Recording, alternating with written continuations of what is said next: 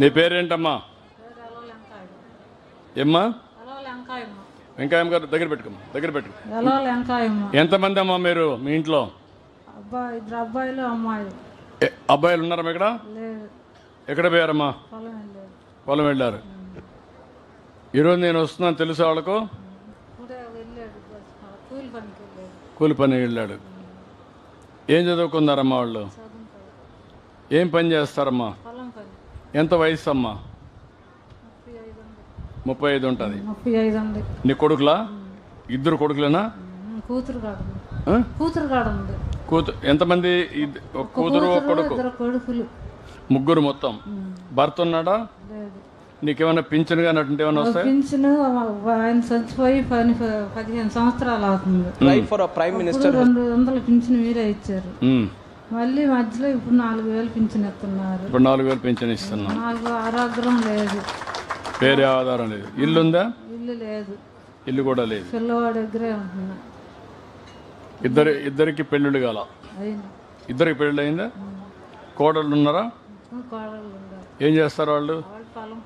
వాళ్ళు పని. వాళ్ళకి పిల్లలు ఎంతమంది? ఒక అమ్మాయి, ఒక అబ్బాయి, ఒక అమ్మాయి, ఒక అబ్బాయి. ఏం చదువుతారు వాళ్ళు?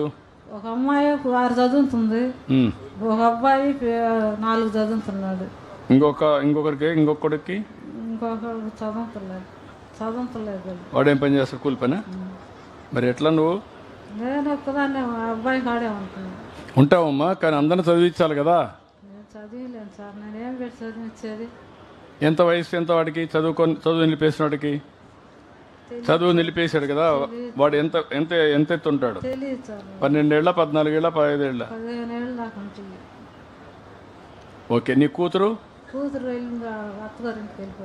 వెళ్ళిపోయింది. కాబట్టి కూతురు వెళ్ళింది. 2 కొడుకులు ఉన్నారు, 2 కోడళ్ళు ఉన్నారు, ఒక్కొక్కరికి 2 పిల్లలు ఉన్నారు. అంతా కలిసి ఎంతమంది? 4. 6 ఎట్లా?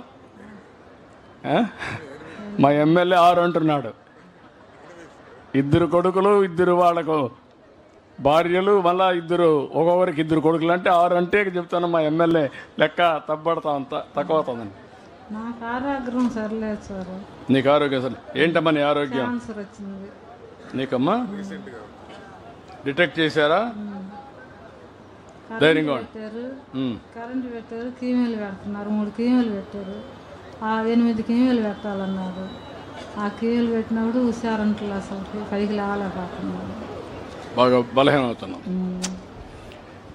మీరు ఒక విచిత్రమైన పరిస్థితి. వెంకాయమ్మను మీరు చూశారు. 2 కొడుకులు, 1 కూతురు. హాస్పిటల్ వెళ్దామంటే ఆ అబ్బాయిని తీసుకొని వెళ్దామంటే ఆ అబ్బాయి కూడా రావట్లేదు. ఆరోగ్యం హుషారు లేక ఆ అబ్బాయి కూడా తీసుకెళ్తానికి.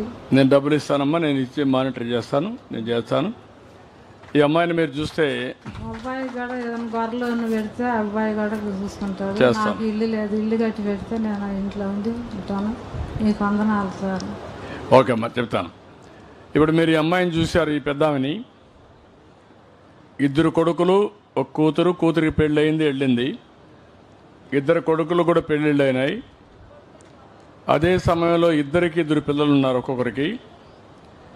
ఈవిడికి క్యాన్సర్ వచ్చింది, కీమో తీసుకుంటా ఉంది. కొడుకు కూడా రమ్మంటే ఈ పనుల వల్ల ఇప్పుడు మీరు చూశారు. పేదవాడి ప్రాధాన్యత. ఓసారి నేను వస్తున్నానన్నా ఈరోజు కూలికి పోకపోతే ఆ పూట గడవదనే ఉద్దేశంతో కూలికి పోయే పరిస్థితికి వచ్చారు. ఈవిడైతే పాపం ఎండలో కూర్చోలేదు, అదే మరి కూలికి పోలేదు. కీమో తీసుకుంటే కొంచెం సమస్య ఉంటుంది. కీమో తీసుకోవాలంటే ఎవరు తోడు రారు, కానీ డబ్బులు కూడా లేవు. ఆ పరిస్థితిలో ఇబ్బంది పడుతూ ఉంది. ఇది మనుషుల్లో ఉండే సమస్యలు. ఇదే ఓసారి మానవత్వం మనం కానీ అటెండ్ అయితే కొంతవరకైనా సమస్య పరిష్కారం చేయగలుగుతాం. నేను అందుకే ఆవిడ అడిగితే కూడా ఒక మాట అనేది మీరు చూశారు. కొడుకులు ఇదైతే వాళ్ళకు కూడా ఏదైనా గొర్రెలు పట్టించండి, నాకు ఆరోగ్యం కోసం ఇవ్వండి, ఇల్లు కూడా లేదు, ఇల్లు కట్టించండి, వాళ్ళు బాగుపడతారు, నా ఆరోగ్యాన్ని బాగు చేసుకుంటారని కోరుకునే పరిస్థితి వచ్చిందంటే భారతదేశంలో ఒక గొప్ప సంపద. ఈవిడికి ఇన్ని ఇబ్బందులున్నా ఆవిడ గురించి ఆలోచిస్తేనే కొడుకుల గురించి ఆలోచిస్తూ ఉంది. అది భారతదేశంలో ఉండే ఒక పెద్ద అనుబంధం, పిల్లలపై ఉండే అనుబంధం. పిల్లలు కూడా అనుబంధాన్ని కాపాడుకోవాలంటే తల్లిదండ్రులను గౌరవిస్తూ వాళ్ళను కూడా సక్రమంగా చూసుకోవాల్సిన బాధ్యత ఉంది. ఇప్పటికే చాలామంది చూసుకుంటున్నాం, కానీ ఇంకా బాగా చూసుకోవాల్సిన అవసరం ఉంది. ఈ కుటుంబాన్ని పూర్తిగా ఆదుకుంటాను. ఏం చేయాలని చెప్తాను. ఈ అమ్మాయికి అయితే ఇమీడియట్ డబ్బులు ఇచ్చి ఎంత ఖర్చు అవుతుందో కలెక్టర్గా ఆదేశాలు ఇస్తున్నా. పూర్తిగా క్యాన్సర్కి 8 సార్లు కీమో ఇవ్వడానికి ఏమేం కావాలో డబ్బులు శాంక్షన్ చేయండి, మీరు పర్యవేక్షించండి. ఓకే, నేను చేస్తాను, నేను చెప్పిస్తాను. ధైర్యంగా ఉండండి. నేను మాట్లాడతాను, ఏం చేయాలో చెప్తాను. కూర్చో.